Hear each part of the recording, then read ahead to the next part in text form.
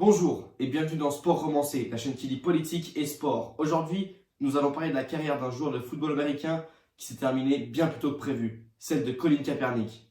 L'année 2016 est remplie d'émotions sur le plan sportif, que ce soit les Cubs de Chicago qui gagnent leur premier World Series 108 ans après le dernier, le Portugal qui bat incroyablement la France en finale de l'Euro, LeBron James qui mène les Cavs à une victoire NBA au terme d'une saison qui salue également le Black Mamba, la mort de Mohamed Ali, ou encore le geste si simple d'un jeune Kaepernick qui va bouleverser le monde du football américain. Pour comprendre cette histoire, il faut comprendre la vie de Kaepernick.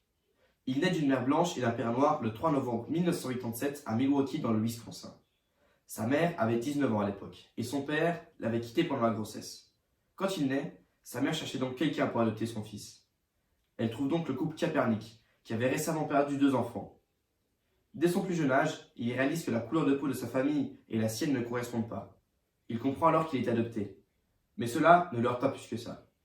À l'âge de 4 ans, la famille Kaepernick déménage en Californie, à Turlock, une ville d'environ 100 000 habitants à l'est de San Francisco.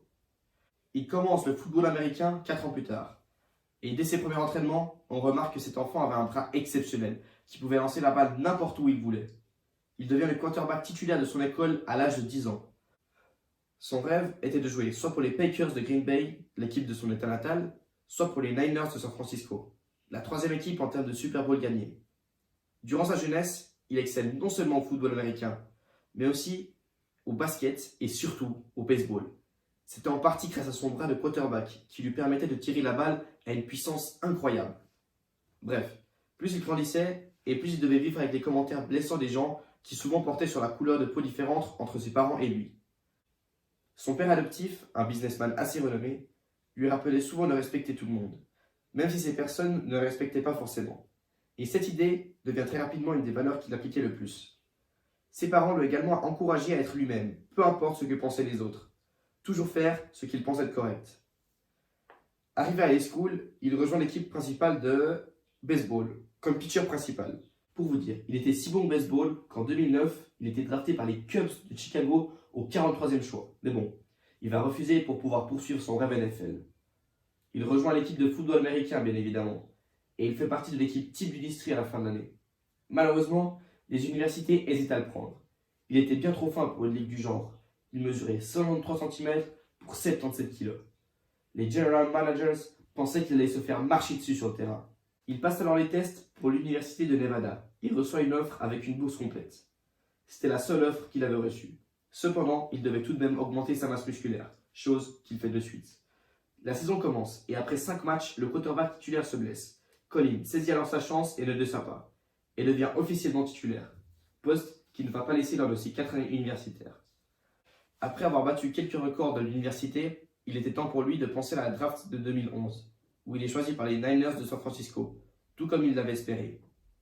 Il passe la plus grande partie de sa saison de rookie sur le banc, jusqu'à ce que le quarterback titulaire ne subisse un choc qui lui procure une commotion cérébrale. Il gagne alors du temps de jeu en fin de saison. En 2012, il devient encore une fois le quarterback titulaire et fait taire les fans qui ne croyaient pas en lui. En 2013, après une saison régulière spectaculaire, il amène les Franciscanais au Super Bowl. Kep et ses coéquipiers n'arriveront cependant pas à arracher la victoire face aux Ravens de Baltimore. Une défaite que Kaepernick va interpréter comme étant sa faute, notamment après avoir raté une passe très importante à moins de 2 minutes avant la fin du match. From the gun, rolling out, Kaepernick, looking, firing incomplete. Les 2 années qui suivent ne sont plus les mêmes pour les Niners, mais c'est en 2016 que Kaepernick va attirer l'attention mondiale. En 2016, les violences policières envers la minorité noire américaine ne cessaient d'augmenter. Pour cela, des manifestations pacifiques dénonçant ces injustices commençaient à s'organiser dans tout le pays. Malheureusement, ces manifestations devenaient parfois violentes. Kaepernick a utilisé son influence pour faire passer un grand message.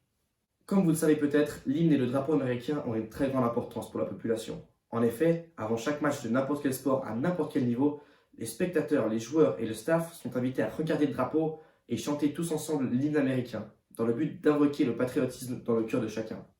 On en arrive au 26 août 2016, le jour où tout bascule pour Colin. L'heure de l'hymne sonne, mais Cap reste assis, sur le banc, en attendant que l'hymne se termine. Les spectateurs sont révoltés et dégoûtés. Un geste qui dégoûte une grande partie de la population américaine blanche, mais surtout les républicains, ceux qui soutiennent Trump. Après le match, les journalistes se sont bien évidemment rués sur lui, Mais Kaepernick garde son calme et répond fermement. Je ne vais pas afficher de fierté pour le drapeau d'un pays qui opprime les Noirs. Il y a des cadavres dans les rues et des meurtriers qui s'en tirent avec des congés payés. Je continuerai de me tenir avec les gens qui sont opprimés. Pour moi, quelque chose doit changer. Et quand il y aura des changements significatifs, quand je sentirai que le drapeau représente ce qu'il est supposé représenter et que ce pays représente son peuple comme il est supposé le faire, alors je me lèverai. Il montre alors son soutien au mouvement Black Lives Matter, les vies des Noirs importent en français, et devient très vite un symbole de la population afro-américaine. La semaine d'après, la scène se répète. Mais à la place d'être assis, il est agenouillé. Et à la place d'être seul, il est accompagné de son coéquipier Eric Craig, lui aussi militant pour les droits de la minorité afro-américaine.